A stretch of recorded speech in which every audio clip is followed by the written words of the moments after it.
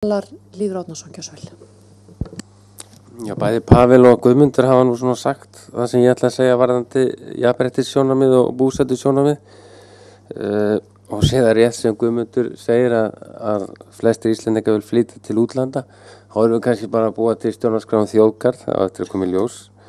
En ég ætla að benda aðeins hérna á smá breytingatillögu sem ég ætla að mæla fyrir, eigin breytingatillögu varðandi 1. grein fyrirkomulag kosninga til Alþingis.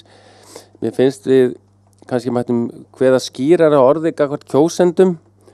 Hvað yrði þá í boði samkvæmt okkar tillögum? Og ég segi hér í 2. málsgrein, þeir eru nú með þessar tillögur fyrir framan eitthvað vel flest held ég. En þar stendur á kjörseðli skulu kjósendur geta valið frambjóðendur bæði á landsvísu og innan síns kjördæmis. Kjósendur skulu geta valið frambjóðendur af fleiri en einum framboðslista. Kjósendur skulu geta valið einungis framboðslista en teljast á ekki taka afstöðu til frambjóðenda. Kjósendur skulu geta merkt við slembúrtak á kjörseðli sem nýjung. Mér finnst það bara lýðræðislegt að ef einhver vill fara þá leið að velja slembúrtak þá sé það möguleiki á kjörseðli.